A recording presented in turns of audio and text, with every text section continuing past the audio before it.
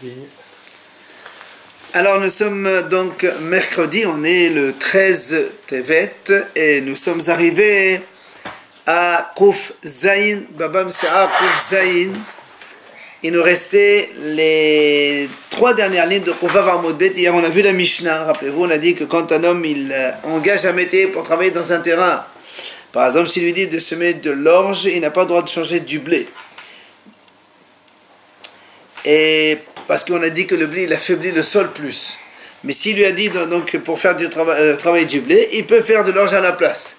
Mais Rabban Shimon Gamliel dit non, même ça c'est assourd. Même si ça n'affaiblit pas le sol, c'est quand même interdit de changer. On a dit alors quelle est la raison? Rav Hazda il a répondu quelle est la raison de Rav Shbag? Il dit parce que tout simplement il y a un passage qui dit que le Bnei Israël ne change pas de parole. Quand on s'engage pour une chose, on n'a pas le droit de changer. Qu'est-ce qu'ils font l'avis contraire avec ce verset? Lui, il te dit quand il n'y a pas de perte et contraire, c'est bénéfique, pourquoi pas. Alors, Métévé, on est dans les 3 dernières lignes donc. Métévé, elle va objecter sur cette raison-là. C'est marqué Magbit Porim Leforim. Quand on fait Magbit de Porim, c'est quand on ramasse l'argent de Matanot Laïvionim à Porim, eh bien, quand on le ramasse pour les pauvres, ça doit être pour les pauvres. On ne peut pas le changer pour autre chose. Et on ne doit pas être très pointilleux. C'est-à-dire, si on doit donner à manger aux pauvres, on leur donne avec donc largesse. On leur donne bien. Et par contre, mais le pauvre, quand on lui donne cet argent-là, comme c'est pour Purim, c'est pour manger sur date Purim, faire le festin de Purim, donc il ne peut pas acheter autre chose. Par exemple, il ne peut pas acheter des chaussures ou des lanières ou autre chose. Sauf sauf s'il a fait un temps et condition avec le Mahamad d'un Shari, c'est-à-dire donc les administrateurs de la ville, de la communauté, qui lui donnent l'autorisation donc de faire cela, alors il a le droit. Mais sinon, on n'a pas le droit de changer. Ça, c'est l'avis de Rabbi Yaakov qui a dit au nom de Rabbi Meir. Voilà ce qui nous intéresse. Rabban Shimon Gamliel, Mechil. Rabban Shimon Gamliel, lui, il est Mechil. C'est-à-dire, il est souple avec les pauvres. S'ils veulent changer, ils changent. Donc, qu'est-ce qu'on voit ici? Que nous, on est en train de collecter pour la Saouda de Purim. Et normalement, c'est destiné pour la Saouda de Purim. Mais tu dis que le pauvre, il a le droit de changer. Alors que maintenant, on voit que Rabban Shimon Gamliel dit, quand on engage un métier pour travailler donc du blé, il ne peut pas changer dans l'orge. Amal Abaye, il vient Abaye, il dit, tu sais quoi? Tama de Rabban Shimon Gamliel Kidmo.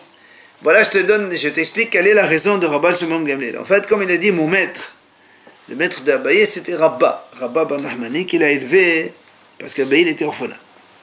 De Amar mort, donc Rabba, il dit, Hayman dene halid de Tedbod Al'eh, c'est lui qui veut abîmer son terrain, il a une terre, il veut l'abîmer, c'est-à-dire il veut la détériorer. Il y a une solution facile, c'est quoi? Les zra'a shata hatte ou shata sa'ri, shata sheti ve shata aire. Il dit, s'il veut abîmer son terrain, il n'a qu'à la semer une année du blé, une autre année de l'orge, en alternative. Il paraît que c'est très mauvais pour le sol. Donc, celui qui veut abîmer son sol, il est vu comme ça. Ou encore, il dit, celui qui veut abîmer son terrain, il peut faire, une fois il la plante dans le sens vertical, et l'année d'après il la plante dans le sens horizontal, ce qu'on appelle Shteva Erev, la chaîne et la trame dans la couture. Quoi qu'il en soit, voilà la raison de Rabba. Et donc, voilà maintenant pourquoi on comprend, Rashbag il a dit, si le propriétaire il lui dit tu fais du blé, il ne peut pas le métayer changer de l'orge. Pourquoi? Parce qu'imagine que l'année dernière, le monsieur il a fait du blé déjà. S'il lui met de l'orge cette année, il va lui abîmer le sol. C'est pour ça qu'il doit faire ce que lui a dit. Voilà la raison simple. Mais la Amran, la Gemara conclut que quand est-ce qu'on a dit cela, c'est-à-dire que quand on change, ça abîme le sol, c'est-à-dire c'est seulement lorsqu'il n'a pas labouré le sol une seconde fois. C'est-à-dire, normalement il faut labourer juste après la moisson, et il faut labourer de nouveau avant la semence. Mais si mais s'il a labouré 2 fois, même s'il fait une fois donc du blé, une fois de l'orge, ou une fois donc horizontal, ou vertical, donc verticale horizontale, c'est pas grave, parce que quand on laboure 2 fois, ça retourne tellement le sol qu'il n'y a pas de souci dans ce cas-là. Ça, c'est ce qu'il dit. On a dit aussi dans la Mishnah, quand un propriétaire il engage un métayer pour travailler, pour semer des féculents, il ne peut pas le métayer changer pour... Non, tevoa, donc des céréales, pardon. Si on l'engage pour planter, pour semer des céréales, du blé ou de l'orge, il n'a pas le droit, le métayer, changer et mettre des féculents à la place. Là encore, on a expliqué, Rachid a dit, parce que les féculents, ça affaiblit le sol plus que les céréales. Maintenant, et on a dit donc, par contre, si il lui a dit qitnit féculent, il peut changer en céréales. Là aussi, Rashbag, il a dit ça. Alors là, le ramène ici, maintenant, les Rav Yehuda, les Ravin. Rav Yehuda, il a enseigné à Ravin, il lui a dit, Tevoa Isra'inna qitnit. Si le propriétaire l'engage pour semer du blé, il peut le métayer changer en mettant des féculents à la place. Alors, Amalé, il lui dit, mais comment tu peux dire ça? Pourtant, dans notre Mishnah, on vient de voir que la Mishnah a dit que si on engage quelqu'un pour planter des céréales, il ne peut pas mettre des féculents à la place. Comment toi tu dis que c'est permis? Amalé, la kasha, il dit, c'est pas une question. Pourquoi? Halan vehalehu. Ça c'est pour nous et ça c'est pour eux. Quand on dit pour nous, c'est en Israël et c'est pour eux, c'est à Bavel. C'est quoi la différence? Je explique qu'en Israël, comme la terre elle est donc un peu montagneuse, c'est pour ça que si on change, ça affaiblit le sol et ça abîme. Mais à Bavel, c'est la terre elle est profonde, c'est comme une vallée, il dit dans ces cas-là, on peut changer, il n'y a pas de problème, ça ne craint pas. Amal et Rav Yehuda et Ravin bar Nachman. Rav Yehuda, il lui dit à Ravin bar Nachman, il lui dit, Ravin Ahi, mon frère Ravin, Hanet Ahale Deve Kitna, En Behen Mishum Gezel. En d'autres Al-Gvolin, Ish Behen Mishum Gezel. Il dit, lorsque quelqu'un il a un champ avec du lin, et au milieu du champ, il y a ce qu'on appelle des shehalaim, c'est-à-dire des cressons qui poussent, enfin des mauvaises herbes, on va appeler ça comme ça, c'est des choses qui poussent entre les lins. Si quelqu'un il les prend, c'est pas du vol. Pourquoi? Parce qu'au contraire, quand tu les enlèves, c'est là où ça arrange mieux la plantation de lin. Donc tu l'arranges, alors tu peux les prendre. Par contre, en d'autres al-Gvolin, mais si le monsieur il a planté ses cressons sur les limites du carré où il a planté du lin, au contraire, là, c'est pas en train d'abîmer, tu n'as pas le droit de prendre, si tu le prends, c'est du vol.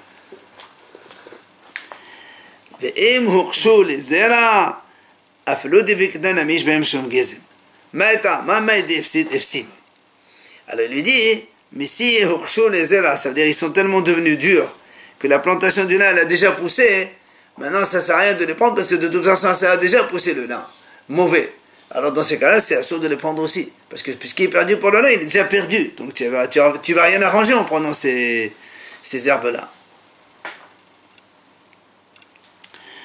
Amal et Rav Yehuda et Ravin ben Nachman. Encore de nouveau, Rav Yehuda et Ravin ben Nachman. Ravin Ahi, mon frère Ravin, Hanedili dilach fidelach dili. Il lui dit, Hanedili, il avait lui un terrain mitoyen avec celui de Ravin. Alors il dit, Dili, ceux qui sont à moi, Dilach, ils sont aussi à toi. Vidilach, et ceux qui sont à toi, ils sont aussi à moi. En fait, qu'est-ce qui se passe? Il y avait là-bas des arbres, qui avaient des branches qui allaient pencher vers le terrain de l'autre. Et l'autre aussi, il avait des arbres qui penchaient vers le terrain de Rav Yehuda. Alors il lui dit,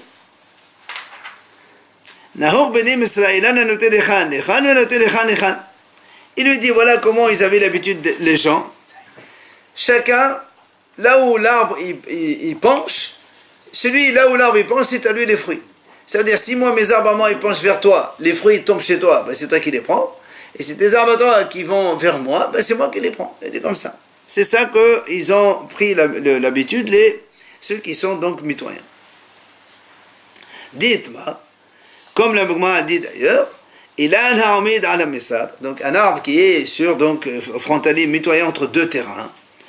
Amar Rav, enfin, c'est pas entre deux terrains, c'est dans un terrain, mais il penche vers l'autre.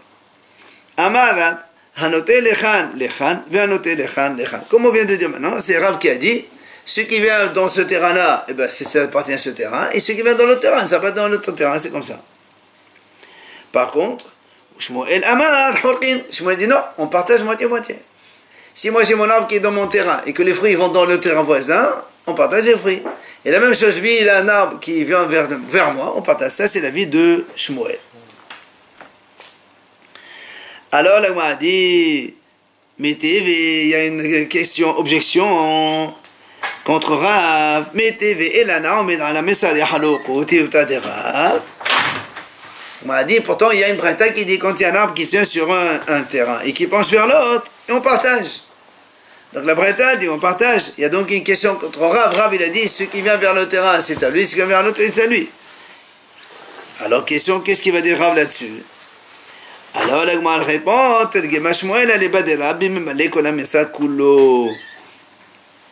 il dit, en fait, Shmuel, il répond au nom de Rav, en fait, cet arbre-là, il est sur les deux côtés. C'est pour ça que là-bas, on a dit, on partage. Ça veut dire que cet arbre-là, il a des branches d'un côté, il a des branches de l'autre. C'est pour ça, c'est pas comme tout à l'heure, on a dit, il y a un arbre qui a des branches uniquement dans ce sens, c'est à lui. Et celui-là, dans l'autre côté, il a, dans ce sens, c'est à lui. Ici, l'arbre, il est au milieu, et ça donne des fruits des deux côtés. C'est pour ça qu'il a dit Rav. Dans cette braïta, on a dit, alors, il m'a dit, si c'est comme ça, qu'est-ce que tu m'apprends? C'est normal qu'on nous partage. Qu'est-ce que tu veux dire? Il dit non. La slicha d'état l'étonné les hadgessa. Il dit non. Parce que ici, on a besoin, en fait, on dit que l'arbre, il est en plein milieu. Mais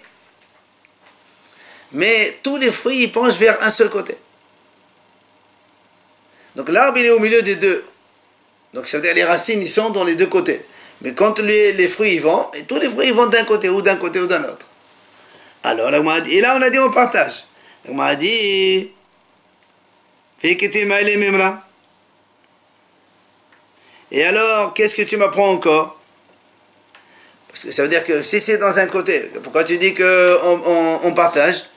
Si c'est dans un côté, on a dit, donc ça va vers le côté de celui là où il est. Il dit non. Parce que la Gemara a dit, on aurait pu penser, quand on a l'arbre qui est au milieu, et les fruits ils sont dans un côté. Alors il dit, on coupe comme ça au milieu, et moi je prends les fruits. Il dit, non, pourquoi tu coupes comme ça dans ce sens? Coupe dans ce sens, comme ça, une moitié pour toi, une moitié pour moi.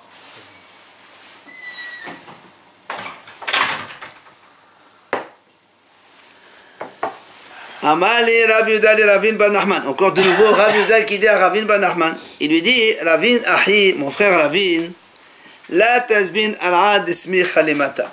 Quand tu achètes un terrain, n'achète pas un terrain proche de la ville. Pourquoi? Il est dit parce que Amar Rabbi Abahu Amar Ravuna Amar Rav Asulu la Adam Shi'amud Asidi Havadum Sha'a Shamedet B'Chamotea.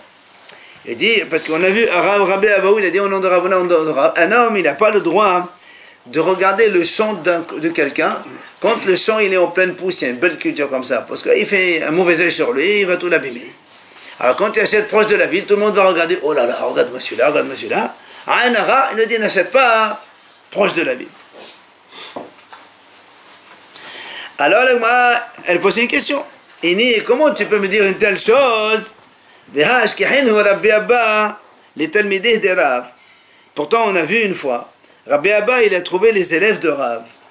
Amalehu, il leur a posé la question,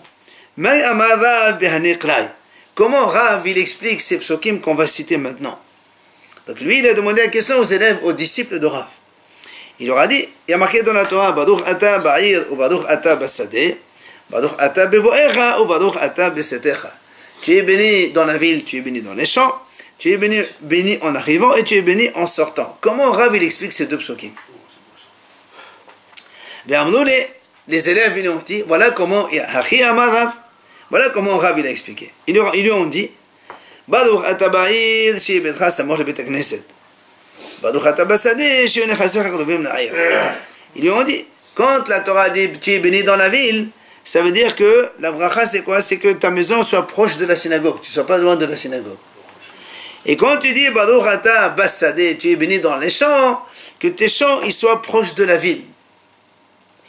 Donc on voit ici que c'est le contraire. L'autre lui a dit n'achète pas un terrain proche de la ville, et là Rav il dit au contraire. La bracha c'est justement d'avoir le champ qui est proche de la ville, comme ça tu n'auras pas à perdre beaucoup de temps à aller travailler dans ton champ et revenir et surveiller. La suite du pasuk, après on revient à la réponse. Baruch ata bevoecha, baruch ata besedecha. Comment il explique ça? Toujours Rav. Baruch ata bevoecha, tu es donc béni en arrivant. Shelo timsa eshtecha safek nidda. Que quand tu arrives chez toi après le voyage, tu ne trouves pas ta femme safek nidda. Donc tu ne peux pas avoir donc la mitzvah avec elle. Bisharat be'atra menader, quand tu arrives de chemin. Baruch ata besedecha, et tu es béni en sortant. Comment il explique ça? C'est-à-dire que tout ce qui sort de tes entrailles, ils sont comme toi bien.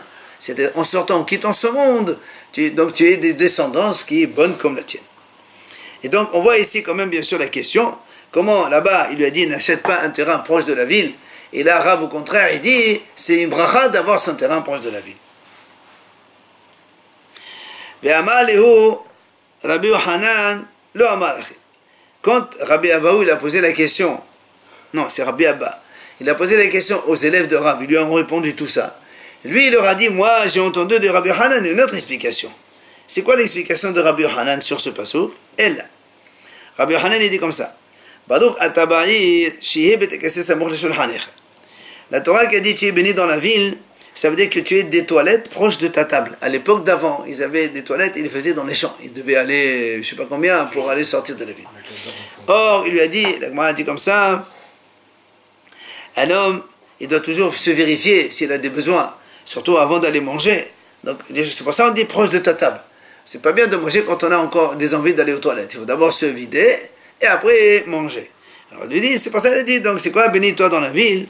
C'est quand tu as des toilettes proches de ta table. Aval Bet HaKnesset, là, la Gemara dit, mais la synagogue, non. Il dit, Rabbi Yochanan, lui, il pense, même si la synagogue, elle n'est pas à côté, c'est pas grave, parce qu'il y a aussi le salaire des pas. Quand tu marches plus pour aller à la synagogue, il y a le salaire des pas. C'est pour ça que Rabbi Yochanan, il n'a pas dit ça. Baruch ata bassadeh. Comment il explique le pasuk Rabbi Yochanan, tu es béni dans les champs? Il a dit, c'est-à-dire que tes biens soient partagés en trois. Shlish batevoa, shlish bazitim, ou shlish bagifanim. Tiers dans les céréales, un tiers dans les olives et un tiers dans la vigne. C'est-à-dire que quand tu mets des biens dans la culture, ce qui avant, il n'y avait que ça, alors tu mets pas tout dans un domaine. Tu partages comme ça, s'il y a un qui est produit, qui est frappé, au moins l'autre il sauve.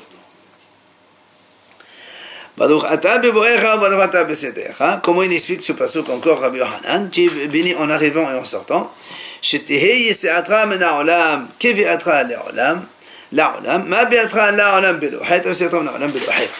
dit donc lui il explique, il dit comme ça, la bénédiction d'un homme c'est que quand il sort de ce monde, quand il quitte ce monde, il soit aussi intègre que quand il est arrivé. De la même façon que quand on arrive on est intègre, on n'a pas fait de péché, il faut qu'il essaie de sortir de là aussi indemne de péché. Donc, on revient maintenant, ça c'est l'explication de Rabbi Yochanan, c'est entre parenthèses, à notre question qu'on a dit tout à l'heure, comment Rabbi Abahu il a dit à l'autre, n'achète pas un terrain proche de la ville, et Rav au contraire il a dit, tu achètes proche de la ville. La Gemara a dit, c'est pas une question, là, caché dans la première ligne donc, la Gemara a dit tout simplement, la bracha d'avoir un terrain proche de la ville, c'est quand il est clôturé et qu'on ne voit rien. C'est une bracha d'avoir un terrain proche de la ville, comme il a dit Rav. Par contre, quand il n'y a pas de clôture, là, il faut avoir le champ qui est loin de la ville, comme ça les gens n'aient pas de mauvais œil sur ce terrain. Et puisqu'on parle de mauvais œil, la Torah la ramène ici. Dans la Torah, c'est marqué que Hachem t'enlève toute maladie. Alors, Rav Amadav, c'est quoi cette toute maladie? C'est quoi? Zo'ain, c'est le mauvais œil. C'est que la bracha, quand la Torah dit qu'Hachem t'enlève toute maladie, c'est-à-dire en fait il t'enlève tous les mauvais œils que les gens peuvent avoir sur toi. Rav l'étamé. Pourquoi Rav il a dit ça? Selon sa raison. La Gemara raconte, des Rav, Salik levé kevri. Rav, il est allé dans un cimetière. Avad Maïda Avad, il savait parler donc des choses. Et à la fin, il a vérifié, il a confirmé. Amar, 99% de ceux qui sont morts, c'est à cause du mauvais œil. Et un seul, 1%, c'est-à-dire normalement, naturellement, ce qu'on appelle mort naturelle. Ça c'est rare. Shmuel Amar Zeharouah. Shmuel il dit non. Quand la Torah a dit Hachem il t'enlève toute maladie, on parle en fait ce qu'on appelle le vent, le froid. C'est toutes les maladies que l'homme peut avoir à cause donc d'un vent qui souffle. Ou le Shmuel, alors la Gemara dit, comment Shmuel dit à cause du vent? Qu'est-ce qu'il fait Shmuel avec ceux que le roi tue? Avant, quand le roi il voulait tuer quelqu'un, on coupe la tête. Alors, mais là, il n'y a pas vraiment quel rapport avec le vent ici. Alors, il dit, il dit Shmuel, mais même cela aussi, si ce n'est pas à cause de l'air et qu'ils sont morts, on aurait pu faire un remède et on aurait pu les faire revivre. Hein? Il a dit que quand on coupe on égorge quelqu'un, on lui coupe la tête, si ce n'est pas à cause de l'air qui rentre dans cette entaille, eh bien on aurait pu mettre un remède et on aurait collé les parois. Alors on a vu ça une fois, il y avait un monsieur qui a trouvé des herbes, un oiseau qui a tué un autre, et puis il a mis une herbe sur lui, il l'a fait revivre. On a vu ça. Rabbi Hanina, oui. Rabbi Hanina, Mazotzina. Rabbi Hanina lui dit, ça c'est le froid. C'est pas le vent, c'est le froid tout simplement. Rabbi Hanina, Hakol Bedishama, Hos Mesinim Pahim. Rabbi Hanina dit, tout vient du ciel. Toutes les maladies, c'est Hachem ça vient du ciel, sauf le coup de froid, le rhume, tout ça. C'est un homme qui ne fait pas attention à lui. Comme le passage qui dit, donc des fois dans le chemin d'un haïkesh, un têtu, celui qui veut se préserver, eh bien il doit s'éloigner de ça. Quand c'est l'association du vent et du froid, qu'est-ce qu'on peut dire? C'est toujours le froid, il faut faire attention. Rabbi Yossi bar Hanina Amar Zot So'a. Rabbi Yossi, il a dit, qu'est-ce qu'on appelle les maladies qu'Hachem t'enlève de toi? Le passage que Hachem mecha kol holi, c'est la tsoa, c'est-à-dire tout ce qui est saleté. Et il parle ici donc de tout ce qui est, par exemple, il dit comme ça, des amars morts. Il dit, donc quand quelqu'un il a beaucoup de sécrétions dans l'oreille ou dans le nez, alors plus on en a, c'est mauvais, moins on en a, mieux c'est bon. Rabbi Elazar Amar Zomara. Rabbi Elazar il donne une autre explication à propos de cette maladie qu'Hachem nous enlève, c'est Mara, c'est-à-dire la vésicule qui produit beaucoup de bile, tout simplement. Daniel Ami Achi dit, la Braïta enseigne aussi,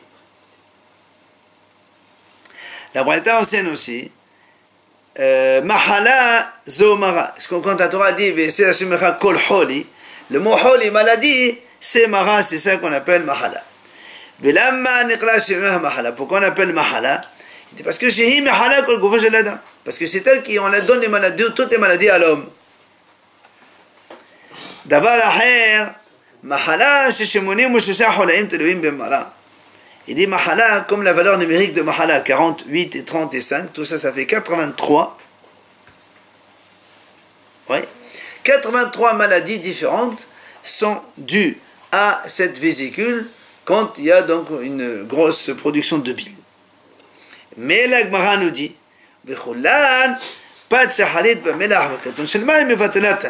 toutes ces maladies-là, elles sont évitées lorsqu'on mange du pain le matin avec donc un peu d'eau. Dans le Rabbanan d'ailleurs, Chachamim disent il y a 13 choses qu'on a dit à propos de celui qui mange du pain le matin. Comme ça, c'est bien, les 13 choses bien. C'est quoi?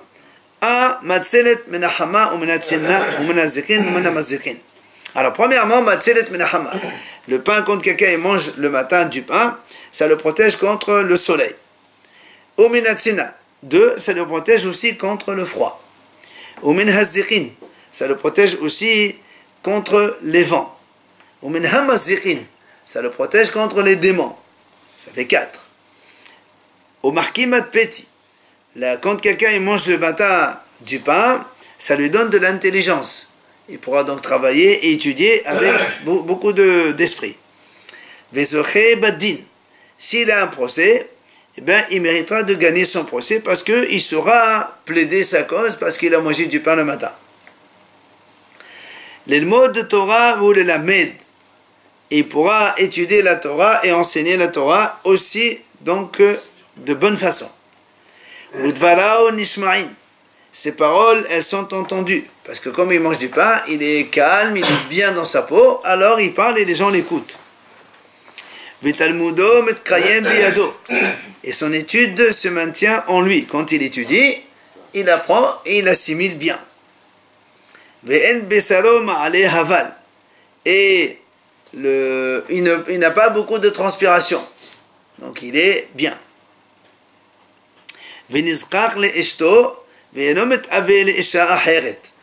Et comme il mange bien, quand il a envie, il va avec sa femme, il n'a pas d'envie d'aller avec d'autres, donc il sera préservé du péché de ne pas fauter ailleurs.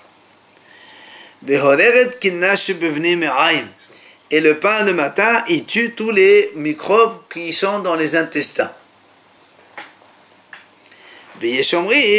Certains disent, le pain du matin, il enlève aussi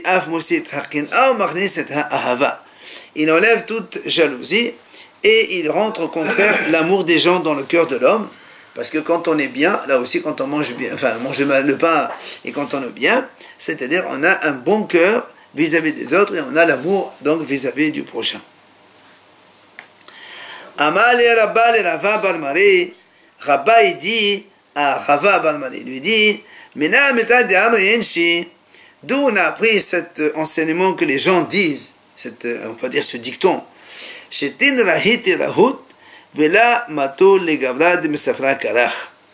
dit 60 hommes courent derrière quelqu'un, ils ne le rattraperont pas parce que ce monsieur il mange le pain le matin. C'est-à-dire que celui qui mange le matin du pain, il a la force, et même s'il y en a 60 qui lui courent derrière, ils ne pourront pas le rattraper. C'est donc un dicton qui fait ça. C'est pas la quantité. Hein. Non, cassette pour faire Birkat Hamazon. Si les 60, eux aussi ne mangent pas de pain. Évidemment. Évidemment. Hachamim ont dit aussi, Hashkem ve'echol baqais. Lève-toi tôt le matin et mange donc du pain. Baqais mepene hama ou vachos mepene atzina. En été, pour ne pas donc avoir des problèmes contre le soleil, et en hiver, pour ne pas avoir des problèmes donc à cause du froid. Alors d'où on apprend ça? Amalé, il lui dit, c'est marqué dans le pasuk d'Irtiv, Lo yir'avu, velo yitzma'u, velo yakim sharav hashamesh. Ni ils auront faim, ni ils auront soif, et donc du coup, ils ne seront pas frappés par une insolation. Justement, comme ils vont ne pas avoir faim et soif, donc parce qu'ils mangent le matin du pain et ils boivent de l'eau comme on a dit, alors du coup ils ne seront pas, donc, ils seront plutôt à l'abri donc de problèmes contre le soleil. Amalé lui a dit, At amatli mehatam, va'ana amin alach mehacha. Il a dit, toi tu as appris ça de ce pasuk là. Moi, j'ai appris cette notion d'un autre verset. Il y a un autre verset dans la Torah. Lequel? Il est marqué dans la Torah, il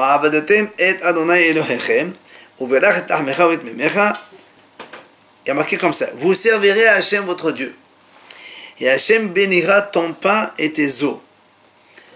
L'eau, donc, l'eau, le qu'on boit. Alors il explique le pasuk. Vous servez Hachem votre Dieu, c'est quoi? C'est ce qu'on fait le matin quand on vient faire le schéma et la tfila et la hamida. Donc d'abord on commence par prier Hachem le matin. Ensuite, et Hachem bénira ton pain et tes eaux. C'est ce qu'on a dit quand quelqu'un il mange le pain le matin, il boit de l'eau. Ah, bah, c'est noté Mahala Mekadbecha.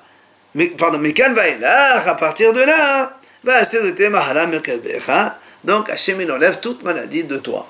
Donc, tu vois comme c'est important de manger le pain le matin et boire de l'eau. Amal et Rav Yehuda et Rav Adam Meshuha'a. Alors, en revenant un petit peu maintenant sur les terrains, puisqu'on est dans les terrains, il lui a dit Rav Yehuda à Rav Adam Meshuha'a. Pourquoi on l'appelle Meshuha'a? Lui, c'était ce qu'on appelle un géomètre. Il mesurait les terrains. Il mesurait pour avoir la dimension, combien tu vends de superficie, etc. Il lui dit, là, tes zalzil b'mishhata. Fais attention, sois précis dans tes mesures. Ne fais pas les choses à la légère. Pourquoi?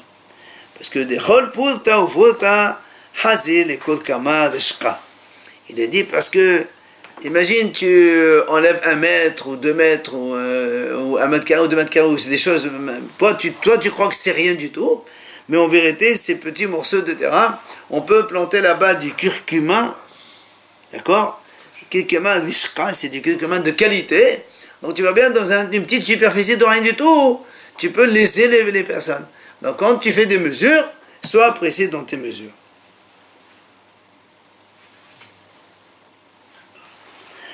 Amal et Rav Yehuda et Rav Adam Meshuha'a. Autre chose que Rav Yehuda lui a dit à ce Rav Adam qui était donc Meshuha'a, c'est-à-dire il mesurait les terrains.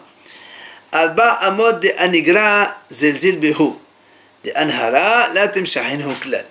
Il lui a dit Alba amod de anigra, les 4 amot, c'est-à-dire 2 mètres de anigra, c'est-à-dire que quand tu es dans les terrains, il y a toujours un cours d'eau pour arroser. Il dit ceux qui sont à côté de ce cours d'eau, zazil behu, c'est-à-dire soit un peu large, même si tu es large, c'est pas grave. Par contre, parce que les gens, c'est-à-dire même tu fais un peu plus que 4 amot, c'est pas grave. Parce que à côté de l'eau, il faut un petit peu s'éloigner, apparemment. Mais il lui dit, aval de anhara, mais quand tu es à côté d'un fleuve, alors là, les 4 amot à côté d'un fleuve, là, c'est-à-dire ne les mesure même pas, fais-les à peu près, donc, globalement. Pourquoi? Parce qu'il a dit,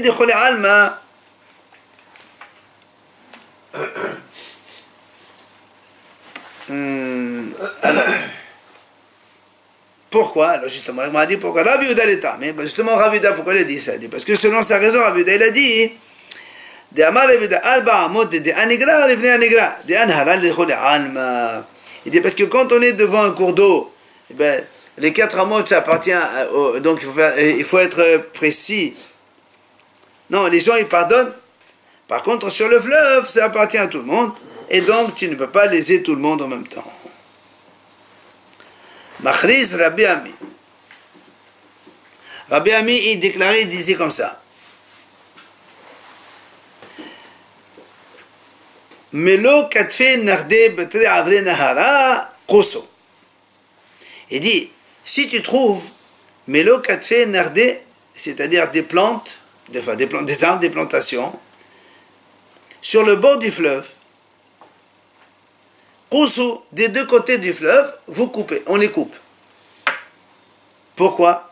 Il dit parce que avant, les gens, quand ils traversaient le fleuve en bateau, et les marins, ils devaient tirer le bateau. Alors, si tu mets des arbres sur le bord du fleuve à côté, donc pour pousser le bateau, ils vont se prendre avec les branches, ils vont être gênés avec les arbres. C'est pour ça qu'il dit, des 2 côtés, tu peux couper les branches pour laisser la place à ces gens-là pour pouvoir tirer le bateau. Et là, il m'a dit, Rav Natan Barushaya Kas Shitsar Amata. Lui, Rav Natan, il a coupé 16 amot, c'est-à-dire 8 mètres, sur une largeur de 8 mètres. Alors, évidemment, les gens n'étaient pas contents. Ils sont venus, les habitants de là-bas du lieu, et ils l'ont frappé. Pourquoi l'Agma a dit pourquoi il a fait ça? Lui, il pensait, c'est comme le Reshut Harabim. C'est-à-dire, le Reshut Harabim, c'est 16 amot, c'est 8 mètres, la largeur de Reshut Harabim. Alors, il voulait donner aussi 8 mètres. Donc, il a coupé tous les arbres sur le côté jusqu'à donc 8 mètres. Mais la Gemara dit, c'est pas comme ça. Pourquoi? C'est vrai, quand on a Rshut Arabim, il faut 8 mètres, parce que la mesure de Rshut Arabim, c'est ça. Mais, Mishum Amtuhi Ashlenhu, Kimlo Katvin Ardesagi. Mais ici, comme on a dit tout à l'heure, on a expliqué, c'est pour que les marins ils puissent tirer le bateau, tu n'as pas besoin de faire tout cela. Il faut juste couper, Kimlo Katvin Ardi, comme on a dit tout à l'heure, donc de quoi permettre aux marins de pouvoir tirer les cordes pour faire avancer le bateau. Rabba Baravuna, la Gemara raconte, Rabba, il avait Havaleaou Abba Aguda Denara. Il avait donc une forêt sur le bord de fleuve. Ils lui ont dit, monsieur, coupe tes arbres qui sont sur le bord du fleuve. Comme on a dit, on a besoin, de, pour les mains, ils traversent, il faut que tu nous coupes, comme ça tu nous laisses la possibilité d'avancer. Amaléhu, il leur a dit, il leur a dit, écoutez, lui il était au milieu. Il y avait avant lui et après lui. Il leur a dit, à quoi ça sert? Moi je coupe. C'est ceux qui sont avant moi, ils n'ont pas coupé. Et ceux qui sont après moi, ils n'ont pas coupé. Ça vous sert à rien. Alors dites-leur de couper devant et derrière. Et après moi je coupe aussi. Alors là m'a dit, comment Rabba Baravuna il a fait comme ça? La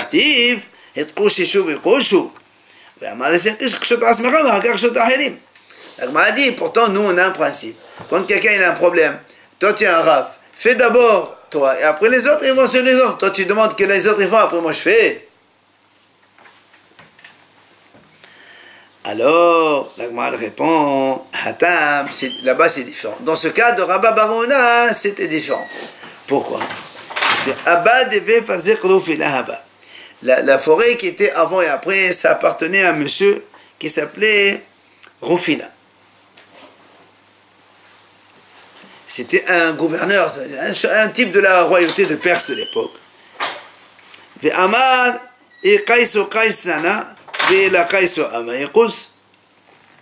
Parce qu'il dit comme ça.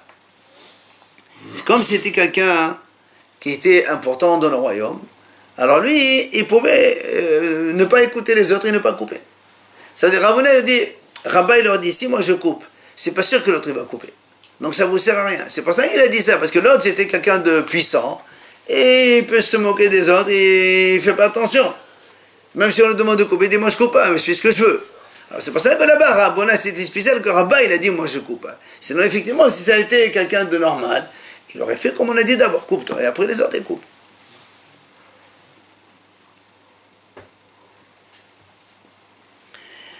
D'accord? Donc il leur dit, Rabba il a dit, si eux ils coupent, moi aussi je coupe. Et si eux ils coupent pas, pourquoi moi je coupe?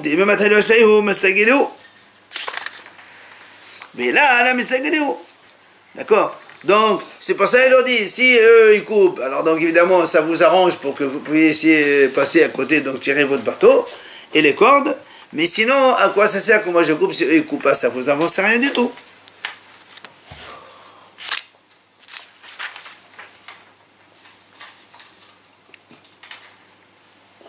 Alors, la Gemara raconte, Rabba Barav Nachman, Hava Qazil Be'arba. Rabba Barav Nachman, il était sur un bateau.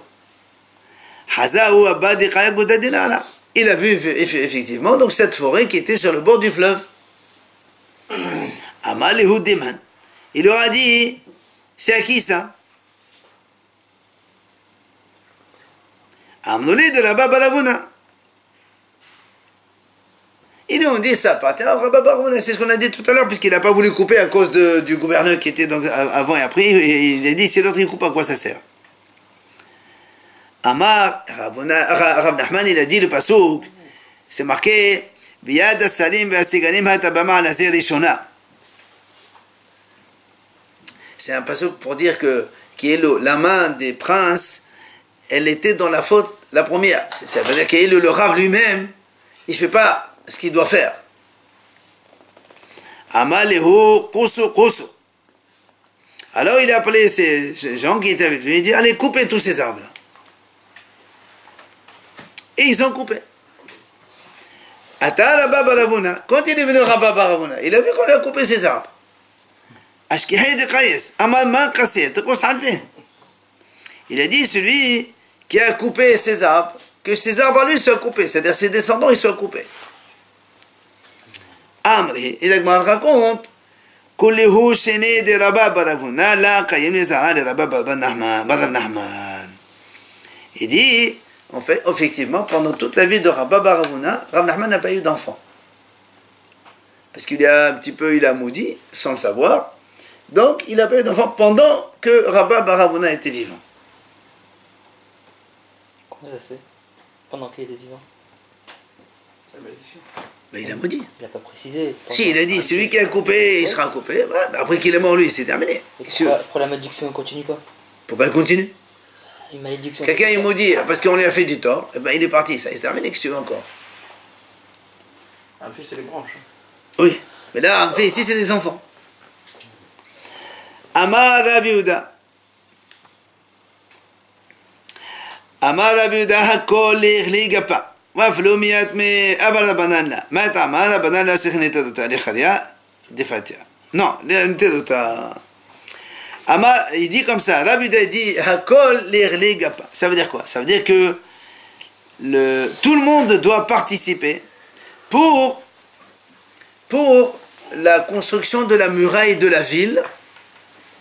C'est pour se protéger. Enfin, les habitants d'une ville, quand ils vont construire la muraille de la ville, il dit tout le monde doit participer. C'est un petit peu, tout le monde participe. Il a dit, même les orphelins. Même les orphelins aussi, ils doivent participer. En général, les orphelins, on les dispense de beaucoup de choses. Mais là, ils doivent participer aussi. C'est pour la protection de tout le monde. Mais il a dit, aval à la banane. Mais les hachamim, on ne leur fait pas payer la taxe. Pas les sages de Torah. Pourquoi? Hachamim n'ont pas besoin de protection. Quelqu'un qui étudie la Torah, il est déjà protégé. Donc la muraille que l'on fait, c'est pour ceux qui n'étudient pas la Torah. Donc c'est pour ça qu'on fait payer tout le monde, sauf ceux qui étudient la Torah. Ceux qui étudient la Torah n'ont pas besoin de protection. Ils sont déjà protégés par leur Torah. Ils ne protègent pas les autres? Hein? S'ils ont le mérite, oui. Mais comme on ne peut pas s'appuyer sur le miracle, alors il faut faire ce qu'il faut faire. C'est quoi qu'il a dit? Les mérites des Hachamim ne protègent pas les autres. D'accord? Bon, on continuera demain parce que là, déjà...